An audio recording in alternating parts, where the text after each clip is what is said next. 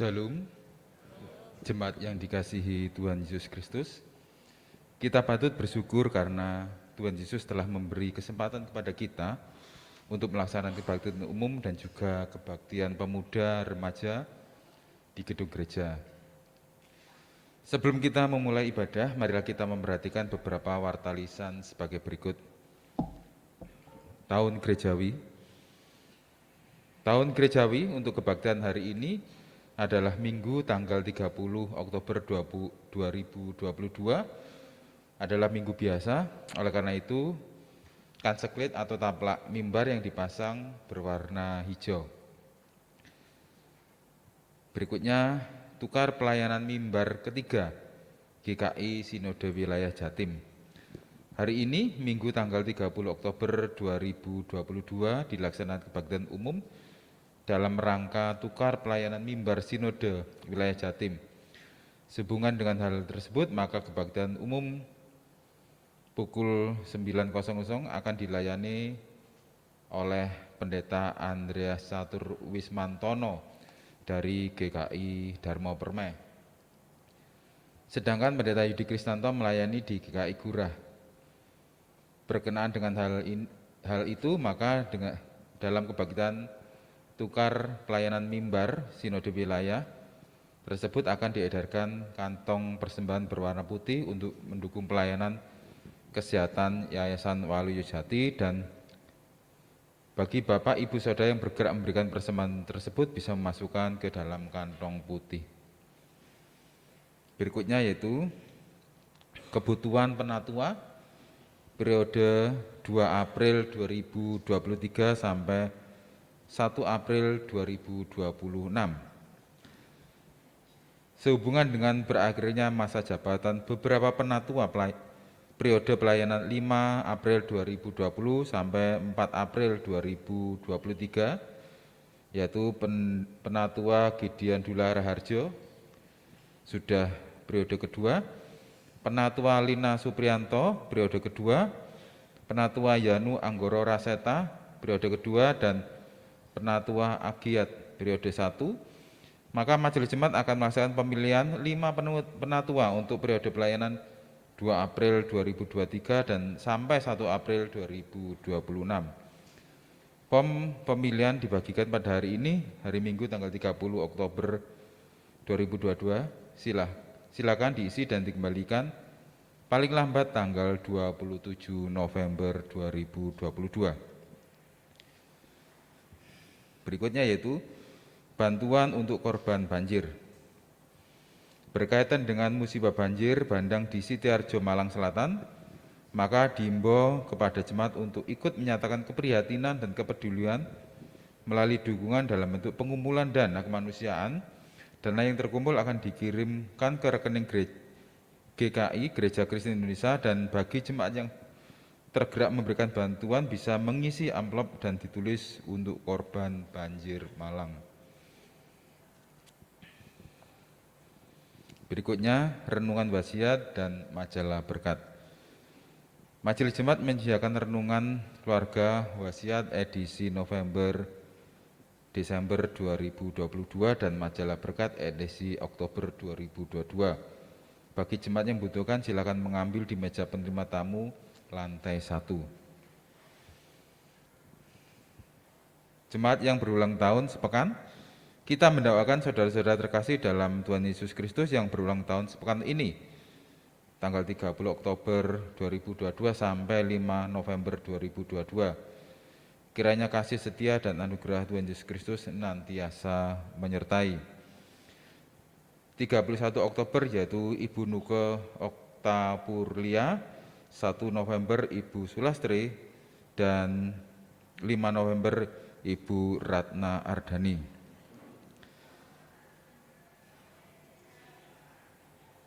Majelis Jemaat GKI Lebak Jaya mengucapkan terima kasih atas pelayanan Pendeta Andreas Catur Wismantono. Tuhan Yesus memberkati. Si dalam Tuhan Yesus Kristus. Ya, bacaan yang pertama terambil dari Yesaya 1 ayat 10 sampai 18. yang demikian bunyinya, bertobat lebih baik dari mempersembahkan korban. Dengarlah firman Tuhan, hai pemimpin-pemimpin manusia Sodom, perhatikanlah pengajaran Allah kita, hai rakyat manusia Gomora. Untuk apa itu korbanmu yang banyak-banyak? Firman Tuhan, aku sudah jemu akan korban-korban bakaran berupa domba jantan, dan akan lemak dari anak lembu gemukan, darah lembu jantan dan domba-domba, dan kambing jantan tidak kusukai. Apabila kamu datang untuk menghadap kehadiranku, siapakah yang menuntut itu daripadamu, bahwa kamu menginjak-injak pelantaran bait suciku? Jangan lagi membawa persembahanmu yang tidak sungguh, sebab baunya adalah kejijikan bagiku. Kalau kamu merayakan bulan baru dan Sabat, atau mengadakan pertemuan-pertemuan, aku tidak tahan melihatnya, karena perayaan itu penuh kejahatan. Perayaan-perayaan bulan barumu dan pertemuan-pertemuanmu yang tetap, aku benci melihatnya. Semuanya itu menjadi beban bagiku, aku telah payah menanggungnya. Apabila kamu menadahkan tanganmu untuk berdoa, aku akan memalingkan mukaku. Bahkan sekalipun kamu berkali-kali berdoa, aku tidak akan mendengarnya, sebab tanganmu penuh dengan darah. Basuhlah, bersihkanlah dirimu, jauhkanlah perbuatan-perbuatanmu yang jahat daripada mataku.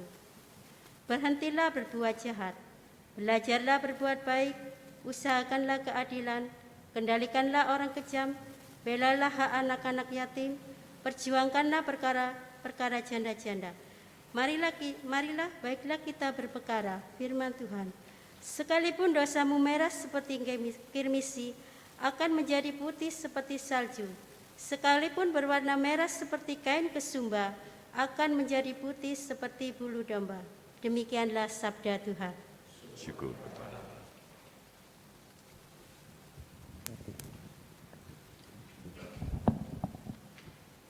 Mazmur 32 ayat yang pertama sampai dengan ke-7 akan kita daraskan bersama-sama.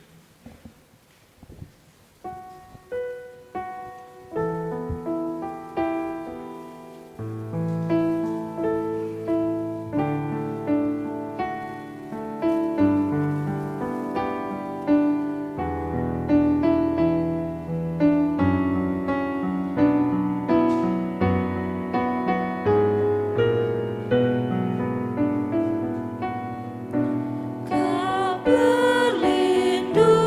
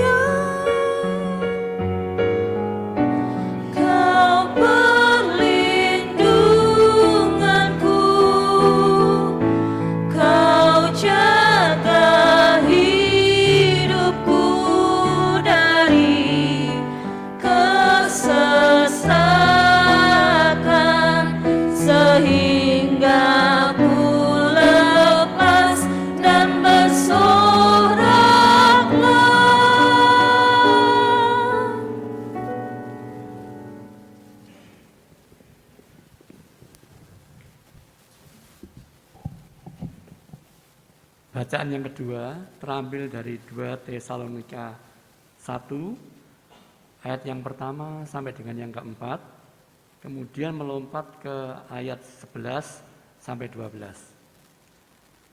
2 Tesalonika 1 sampai 4, kemudian 11 sampai dengan 12. Dari Paulus, Silvanus, dan Timotius kepada jemaat orang-orang Tesalonika di dalam Allah Bapa kita dan di dalam Tuhan Yesus Kristus.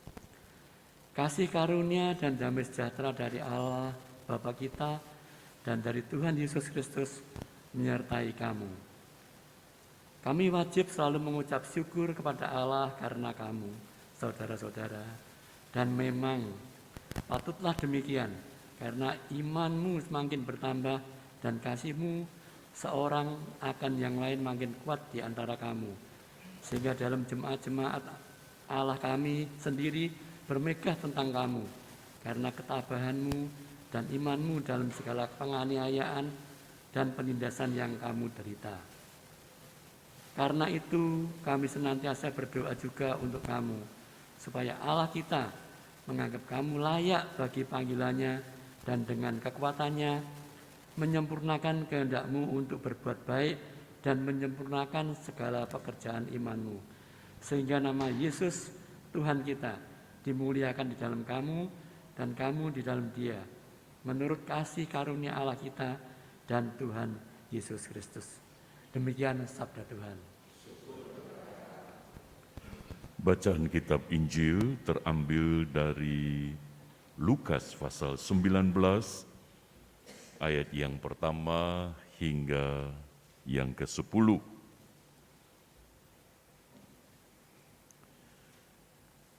Yesus masuk ke kota Yeriko dan berjalan terus melintasi kota itu. Di situ ada seorang bernama Sakeus, kepala pemungut cukai, dan ia seorang yang kaya. Ia berusaha untuk melihat orang apakah Yesus itu, tetapi ia tidak berhasil karena orang banyak, sebab badannya pendek. Maka berlarilah ia mendahului orang banyak, lalu memanjat pohon ara untuk melihat Yesus yang akan lewat di situ.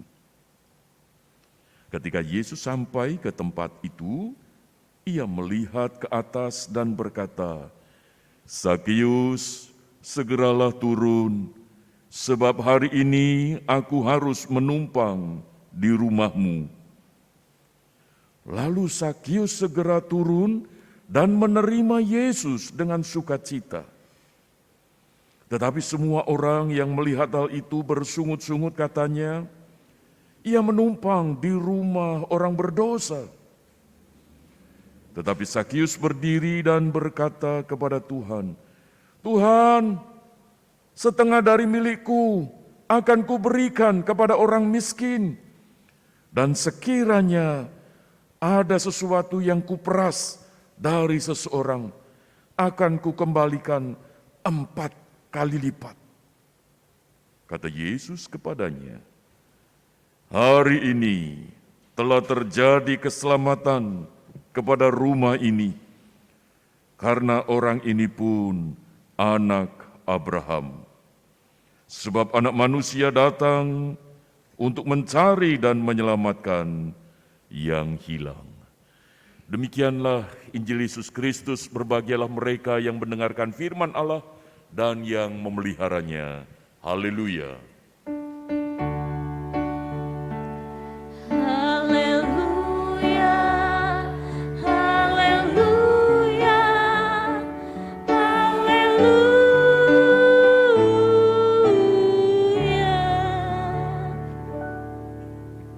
Keluarga yang memiliki hidup yang berdampak. Itulah tema yang akan kita renungkan bersama, dan terkhusus memang di dalam rangka tukar pelayanan mimbar Sinode Wilayah, bertepatan juga di bulan Oktober sebagai bulan keluarga yang dicanangkan oleh Sinode GKI. Maka tema masih relevan dengan keluarga, yaitu keluarga yang berdampak. Bapak, Ibu, dan Saudara yang terkasih di dalam Tuhan, sadar atau tidak, hidup kita ini ditempatkan oleh Tuhan. Ada rancangan Tuhan di balik segala apa yang sudah kita rancangkan. Melalui keluarga, kita dilahirkan tanpa kita bisa memilih keluarga mana. Dan ketika kita membangun keluarga, hidup di dalam sebuah pernikahan, Tuhan juga menganugerahkan anak-anak sehingga kita menjadi keluarga yang baru. Sekalipun memang seolah-olah pasangan hidup kita itu karena kita yang memilih, kita yang menentukan. Tetapi di balik ketika kita menentukan, memilih pasangan hidup kita, lalu kita berkomitmen untuk hidup bersama, itu ada di dalam rancangan Tuhan. Sebab kalau kita tidak menyadari hal itu, kita tidak mempercayai bahwa pasangan hidupku ini adalah rancangan Tuhan, oh betapa kita mudah kecewa, bukan? Ketika kita menjalani pernikahan, kita hidup bersama dengan pasangan hidup kita, berjalannya waktu 1 tahun, 2 tahun, 5 tahun, waduh, kok ternyata beda, tidak sesuai brosur. Dulu lihat brosur, wah ini luar biasa ini ya. Tetapi setelah menjalani hidup, berkeluarga bersama dengan pasangan, waduh kecewa. Pak, enggak nyangka Pak, ternyata suami saya kalau tidur itu ngoroknya kayak truk. Lalu mau tukar tambah, enggak bisa ya. Siapa yang di sini pernah kepikir nih sebagai suami berpikir, Tuhan apa betul ini istriku ini jodoh yang dari Engkau? Siapa yang punya pikiran seperti itu? Kalau berani angkat tangan. Atau istri-istri pernah enggak berpikir, aduh tahu gitu aku enggak sama si dia ini. Padahal dulu yang ngantre itu wah banyak. Tapi kok saya milih ini, aduh ternyata keliru. Wis orangnya males, makannya banyak, waduh boros. Pernah enggak berpikir begitu? Batin tok ya. Siapa yang pagi hari ini datang dengan suami istri? Ada? Oh puji Tuhan suami istri. Oke puji Tuhan. Ada yang 5 tahun menikah? 10 tahun menikah? Oke, 15 tahun menikah? Oh puji Tuhan. Ada yang 30 tahun menikah? Oh puji Tuhan. Ada yang 30 tahun menikah.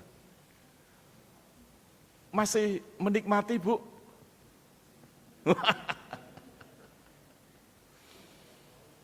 Perjalanan hidup pernikahan kita, keluarga kita tidak bisa ganti. Mengapa kita tidak bisa ganti? Karena itu anugerah Tuhan. Loh Pak, kalau mengecewakan apakah betul itu anugerah Tuhan? Betul. Karena tidak ada satu pribadi yang sempurna.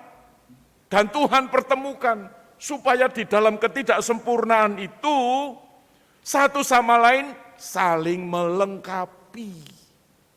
Nah, bagaimana bisa saling melengkapi? Hidupnya harus tiap hari mengalami transformasi, pembaruan terus-menerus. Sehingga kalau kita sadar akan hal itu, Roh Kudus menolong kita. Sehingga kita ini menjadi keluarga yang betul-betul memiliki hidup yang berdampak. Maka itu mari kita belajar dari Sakeus. Saya yakin Sakeus pada saat itu sudah berkeluarga. Dia punya istri, punya anak-anak. Karena apa? Karena Yesus menumpang di rumah. Bukan di kos-kosan, bukan di mes gitu ya, tapi di rumahnya Sakeus. Dan Sakeus diberi keterangan di sini adalah orang yang kaya. Memang tidak dijelaskan apakah istrinya 2, 1, 5, tidak dijelaskan. Tetapi yang banyak penafsir meyakini bahwa Sakeus ini sudah dewasa, sudah berkeluarga. Nah mari kita belajar daripada Sakeus. Karena di dalam kehidupan Sakeus, Sakeus memiliki satu dampak yang luar biasa. Bagaimana Sakeus mengalami proses hidup yang berdampak pada akhirnya? Nah kita bisa melihat Bapak Ibu, Sakeus yang pertama dari orientasi diri sendiri menjadi orientasi ilahi. Maksudnya apa? Kalau kita melihat di dalam firman Tuhan tadi bahwa Sakeus adalah pemungut cukai dan dikatakan orang yang kaya. Dan kalau kita melihat di dalam ayat yang terakhir, saudara, itu rupa-rupanya sebagai pemungut cukai, itu orientasinya adalah diri sendiri. Tidak peduli orang lain. Dan sangat mungkin Sakius ini adalah orang Yahudi. Karena Yesus menyebut ini adalah keturunan Abraham. Mungkin Sakius ini adalah orang yang juga aktif di dalam ibadah-ibadah yang ada. Tetapi orientasinya adalah untuk diri sendiri. Kalau dia kaya, untuk diri sendiri. Tidak peduli yang lain. Bahkan kalau toh dia ini terlibat di dalam ibadah, itu hanya formalitas. Pokoknya ada ibadah, saya datang. Tidak peduli dengan Tuhan. Yang dipedulikan adalah dirinya sendiri. Tetapi sejak dia berjumpa dengan Yesus, ada transformasi, ada pembaruan, ada perubahan. Yaitu sebelumnya dia orientasi pada diri sendiri, tetapi setelah terima Tuhan Yesus, hidupnya berorientasi kepada Kristus. Luar biasa ya. Dan di sini dikatakan Sakius menerima Yesus dengan sukacita. Ada perjumpaan pribadi dengan Yesus. Hatinya bukan lagi untuk diri sendiri, tetapi untuk Kristus. Sehingga Kristus itu bertahta di dalam hidupnya. Inilah yang mengubah kehidupan dari Sakius. Tujuan hidupnya bukan lagi untuk diriku sendiri, tetapi untuk Tuhan. Dan kalau kita melihat di dalam 2 Korintus 5 ayat 17, firman Tuhan katakan, jadi siapa yang ada di dalam Kristus, ia adalah ciptaan baru. Sakius mengalami ciptaan baru, bukan fisiknya, tetapi hatinya diperbarui oleh Tuhan. Sehingga dia bisa memandang hidup ini ternyata bukan untuk diriku, bukan untuk kesenanganku, bukan untuk kemuliaanku, kehormatanku, tetapi untuk kemuliaan Tuhan.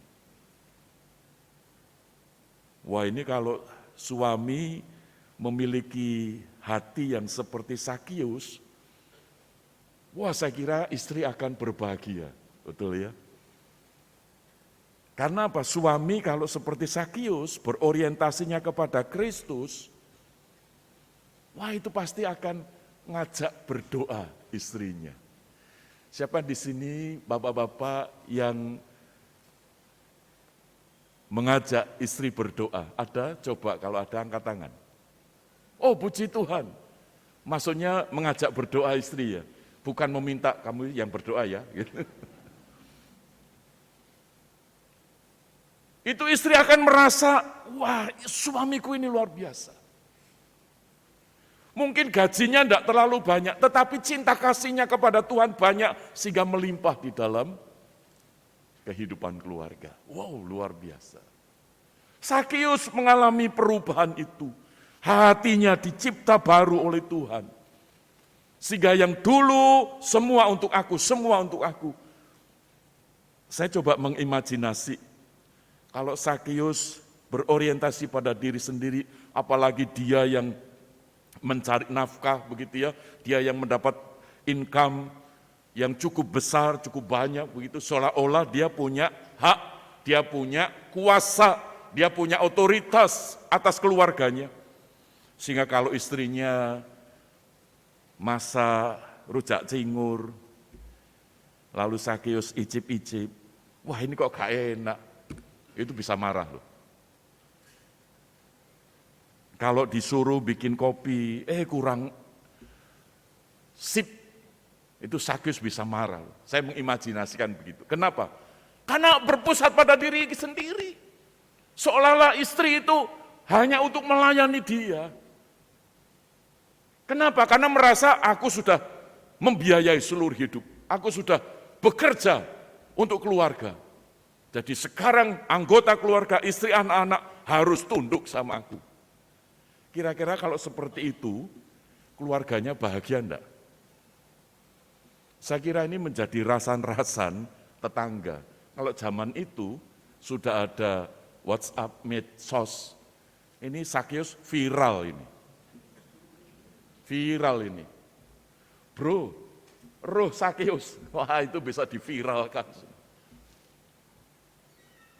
Apalagi ibu-ibu gitu yang gosip. Wah, rasain lo istrinya Sakyus, Bu Sakyus. Kaya tapi tidak bahagia. Wah. Kita ini ya yang miskin tapi bahagia. Wah. Itu bisa viral, saudara.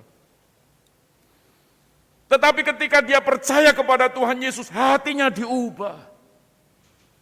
Martin Luther pernah berkata demikian. Yang bisa mengubah hati manusia, itu bukan manusia. Bukan dunia. Lalu siapa? Yaitu Tuhan yang mencipta hati manusia. Ketika Allah menciptakan Adam, hati Allah itu diberikan kepada Adam. Bukan secara fisik, liver, tetapi hati, yaitu perasaan, pikiran, kehendak Allah diberikan kepada manusia, kepada Adam.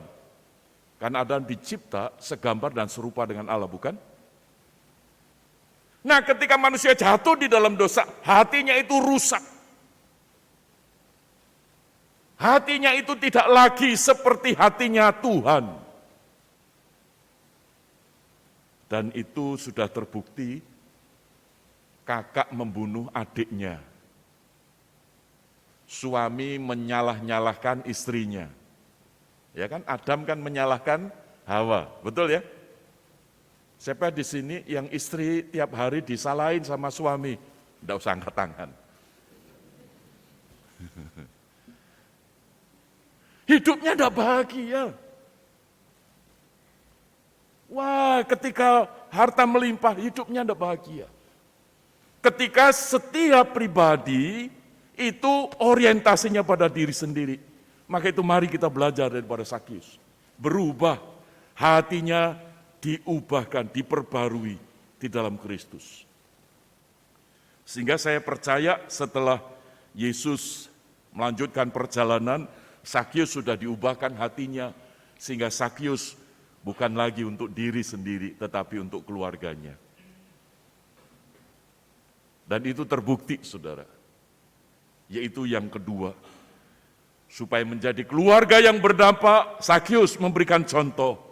Yang sebelumnya dia orientasi pada diri sendiri, menjadi orientasi kepada Tuhan. Yang kedua, orientasi dari Sakyus sebelumnya adalah orientasinya pada harta. Tetapi setelah di dalam Kristus, hatinya diubahkan oleh Tuhan Yesus, orientasinya bukan lagi harta, tetapi manusia, sesama. Buktinya apa? Mari kita lihat, saudara. Ya, di dalam ayat yang ke-8. Tetapi Sakyus berdiri dan berkata kepada Tuhan, Tuhan, setengah dari milikku akan kuberikan kepada orang miskin. Setengah loh, saudara. Kalau itu katakan Sakyus punya 1 miliar, berarti 500 juta. Itu diberikan kepada orang miskin. Cukup di situ? Enggak. Lanjut. Dan sekiranya ada sesuatu yang kuperas dari seseorang. Ini pengakuan ya saudara ya. Hati kalau sudah diperbarui oleh Kristus, itu gampang ngaku dosa. Kalau ada orang, suami itu susah ngaku dosa sama istrinya, itu Kristus belum ada di dalam hatinya. Masih keakuan, keegoisan. Justru cari salahnya istrinya. Loh sudah tahu, ketahuan saudara, sudah ketangkap basah. Istrinya selingkuh. Loh yang disalahkan itu istrinya. Ketika suaminya itu selingkuh, istrinya tahu, loh suami ini loh malah nyalahkan istri. Gara-gara kamu sih. Kamu sekarang jadi gembrot. Bosen aku sama kamu. Kamu cerewet. Waduh, kamu tiap hari dasteran, mambune brambang. Ini sudah tahu suaminya yang salah. Cari alasan pembenaran, saudara. Sakius, ketika hatinya sudah dijamah oleh Tuhan Yesus, dia ngaku. Kalau seandainya ada yang kuperas, aku akan kembalikan. Berapa kali lipat? 4 kali lipat. Ini tidak lazim, saudara. Ini tidak umum ini. Kalau toh dia memeras, ya sudah. Dulu berapa yang diperas, ya sudah kembalikan. Itu normalnya begitu, umumnya begitu. Tapi ini Sakeus enggak. Loh, kalau 4 kali lipat, itu tadi hartanya yang 1 miliar sudah diberikan kepada orang miskin 0,5 miliar. Berarti kan tinggal 500 juta. Ini ada orang kalau dia tahu, saya yakin Sakeus punya daftar, saudara ya. Itu kalau boleh dibilang, pemungut cukai pada zaman itu ya kalau sekarang ini debt collector begitu loh, saudara ya. Itu debt collector itu punya daftarnya jelas, saudara ya. Karena apa? Ini siapa yang belum bayar ini ya? Itu dikejar. Mungkin Sakeus pada saat itu seperti itu, saudara ya. Jadi daftar itu tidak akan hilang, saudara. Kenapa? Oh, ini uang ini kekayaan ini kesempatan ini. Jadi Sakeus tidak lupa siapa yang pernah diperas. Ketika dia buka lagi, oh ini. 4 kali lipat digantikan. Berarti dengan kata lain, Sakeus habis hartanya, saudara. Padahal itu berpuluh-puluh tahun dikumpulkan sampai dia menjadi orang yang kaya. Tetapi ketika hatinya diubah oleh Tuhan Yesus, yang sebelumnya orientasi pada diri sendiri, yang sebelumnya orientasi kepada harta, sekarang orientasinya adalah kepada sesama, kepada manusia yang membutuhkan. Dengan kata lain, dampak daripada perubahan Sakeus ini menjadi berkat.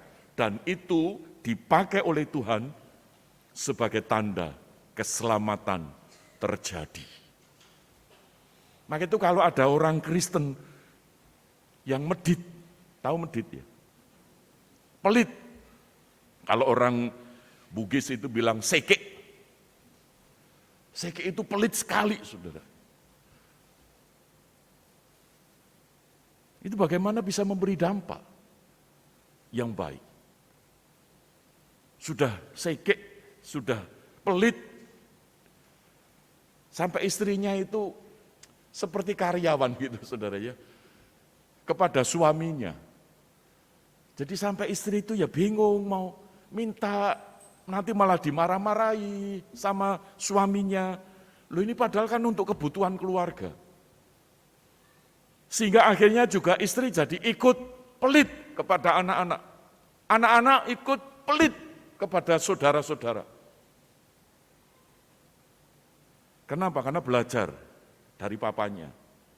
Kalau papanya pelit, itu nanti anaknya juga jadi pelit. Kalau dia jadi pelit, tetangga juga ikut pelit. Dan itu di gereja juga pelit.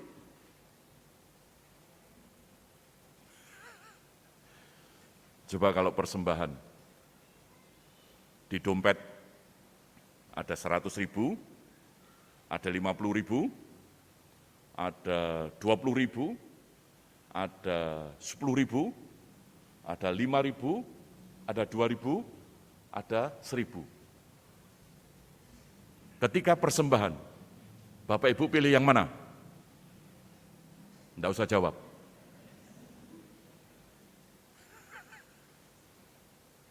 Maka itu pernah ada percakapan antara uang 2.000 dengan uang 100. Uang 100 itu sombong. Aku selalu berada di dompet orang kaya. Wah, uang 2.000 enggak mau kalah. Oh, kamu hanya di dompet orang kaya. Aku loh selalu di gereja, kantong persembahan. Lebih rohani ya, uang 2.000 ya saudara ya. Tapi itu bukti pelit loh jemaat. Wah kalau doa, Tuhan berkati, Tuhan berkati. Ketika wayai memberi persembahan, pelit. Nah gimana kita bisa menjadi keluarga berdampak Bapak Ibu? Sakeus menjadi miskin. Tapi bagi dia tidak masalah. Karena hidupku tidak ditopang oleh kekayaanku. Nilai harga diriku tidak ditentukan oleh harta yang banyak. Tidak. Tetapi ditentukan oleh Tuhan yang menciptakan dunia ini. Sakeus memahami hal itu saudara. Sehingga Sakeus itu seperti yang dialami oleh Paulus. Hidup bagiku adalah Kristus dan mati adalah keuntungan. Kalau aku masih hidup di dunia ini, berarti hidupku memberi buah, hidup berdampak. Bagaimana hidup berdampak? Hati kita dikuasai oleh Kristus. Sehingga seluruh aspek hidup kita itu menjadi berkat. Suami menjadi berkat bagi istri. Suami itu loh nek ngomong tenang. Suami itu loh sabar, penuh perhatian. Siapa yang di sini suami masih ingat tanggal lahir istrinya? Angkat tangan. Oh puji Tuhan, puji Tuhan, puji Tuhan. Bapak yang di belakang yang pakai batik, tanggal lahir istri berapa Pak? 20 April, oke. Betul Bu? Oh salah. Waduh kalau keliru berarti istrine sopo iki kan itu. Nah, betul ya? Puji Tuhan.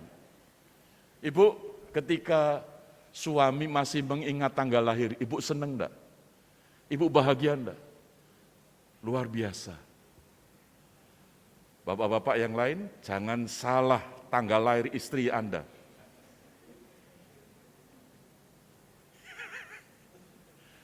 Bawa kue tart pulang kerja, happy birthday. Istrinya kaget. Loh, siapa sih ulang tahun? Loh, kan kamu ulang tahun hari ini. Loh, gak loh. Lihat tuh KTP. Ayo, iki siapa sih ulang tahun? Di kue tartnya itu juga tulisan namanya beda. Waduh, viral. Puji Tuhan, itu bukan jemaat GKI Lebak Jaya. Maka itu hidup kita kadangkala diposisikan oleh Tuhan seperti Sakeus. Memang harta melimpah, tetapi tujuan harta melimpah itu untuk apa? Sakeus akhirnya sadar. Harta yang banyak bukan untuk diriku. Karena mati pun juga enggak bawa. Lalu untuk apa harta yang banyak itu? Untuk investasi jaminan masa depan, masa tua? No. Masa tua bukan dijamin oleh banyaknya harta, tetapi oleh penggenapan janji firman Tuhan. Amin. Firman Tuhan menegaskan, sampai masa tuamu, aku tetap dia. Aku tetap menggendong kamu, aku tetap menyelamatkanmu. Itu janji firman Tuhan Bapak Ibu. Sampai masa putih rambutmu, aku tidak berubah. Firman Tuhan tidak pernah mengatakan, masa tuamu dijamin hartamu. Tidak. Masa tuamu dijamin anak-anakmu. Tidak. Maka itu kita orang tua jangan menaruh harapan kepada anak. Karena anak punya tanggung jawab sendiri. Lalu siapa yang tanggung jawab untuk masa tua kita? Tuhan. Maka itu loh, sejak muda, dekat ambek Tuhan. Jangan dekat yang lain-lain, dekat ambek Tuhan. Sakeus membuktikan itu.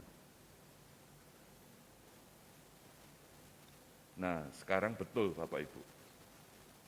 Ada uang. Berapa ini? 2.000. Pilih mana? 2.000 atau 10.000? 10.000 ya. Aneh enggak? Kalau Bapak Ibu milih 10.000, aneh enggak? Enggak ya, justru yang aneh adalah kalau Bapak Ibu milih 2.000. Lho wong ono sing gede kok malah milih sing cilik. Aneh kan itu? Umumnya pilih yang besar. Enggak salah Bapak Ibu. Itu yang dialami oleh Sakeus. Enggak salah. Kalau Sakeus pengen banyak harta, enggak salah. Tetapi ketika banyaknya harta itu untuk apa? Nah itu, saudara. Yang 10.000 dengan yang 2.000, ya, Bapak Ibu milih 10.000, saya pun juga akan milih 10.000. Tapi kadangkala Tuhan itu memberikan 2.000. Kita mau enggak menerima pemberian Tuhan yang 2.000? Tuhan yang 10.000 dong. Tapi Tuhan enggak 2.000. Mau menerima enggak? Mau. Kalau kita milih 10.000, tidak milih 2.000, karena seringkali kita enggak ngerti, di balik 2.000 ada uang. Ini bukan sulapan loh ya, pesulap merah, bukan. Saudara, ini gambaran bahwa kadangkala di tengah segala keterbatasan kita pengennya yang banyak, yang kaya, yang hebat, dan seterusnya. Dari 2.000 tetap pilihnya 10.000. Tapi kadangkala Tuhan itu di balik kondisi yang tidak enak, Tuhan itu memberikan berkat yang lebih lagi. Kenapa?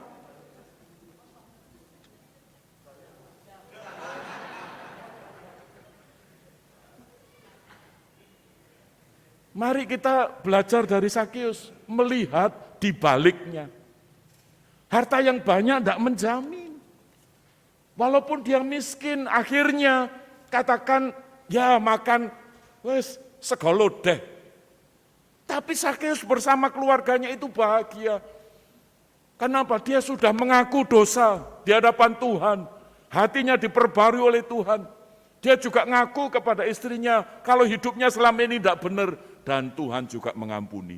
Maka itu di dalam Yesaya tadi katakan, dosamu walaupun merah seperti kain kesumba, merah seperti kain kermis, seperti buah kirmisi, Tuhan akan ubahkan menjadi putih seperti salju.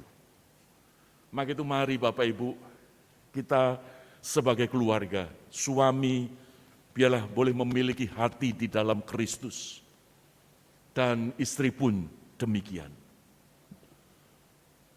Saya minta Bapak Ibu katakan kanan kiri, kalau itu suami istri katakan, Kristus ada di dalam hatiku. Sambil tepuk dada sendiri, jangan dada orang lain. Katakan kanan kiri, Kristus ada dalam hatiku. Ini suami istri ya? Katakan, suami kepada istri, Kristus ada dalam hatiku. Ibu juga katakan, jangan senyum-senyum tok. Puji Tuhan, katakan ya, Kristus ada dalam hatiku. Nanti kalau pulang di rumah, ingatkan, kalau panggil suaminya apa? Sayang gitu. Panggilnya apa? Papa. Oke, Pa, Kristus ada dalam hatimu loh. Jangan kasar-kasar kalau ngomong. Kalau marah, jangan bentak-bentak. Gitu ya, diingatkan. Kira-kira kalau istri pernah marah sama, kadang marah, kalau pas tanggal tua. Ketika mau marah diingatkan, Kristus ada dalam hatimu. Loh ini penting loh Bapak Ibu. Supaya kita betul-betul menjadi keluarga yang hidup memiliki dampak yang baik. Tetangga itu akan ngamati, seperti pujian tadi itu. Hidup kita ini seperti buku, kitab yang terbuka, yang dibaca semua orang. Loh ini masih tanggal tua, masih tanggal 6, masih ketoke masalah tapi kok isih mesra. Ngomong juga seneng, enak. Nah, itu berdampak. Sehingga orang lain itu akan melihat siapa yang ada di dalam hati kita. Sakius memberikan teladan. Hatinya dipenuhi dengan Kristus. Sehingga tidak lagi berorientasi pada diri sendiri, tidak berorientasi kepada harta, tetapi berorientasi untuk kemuliaan Tuhan. Amin. Mari kita mengambil saat hening sejenak.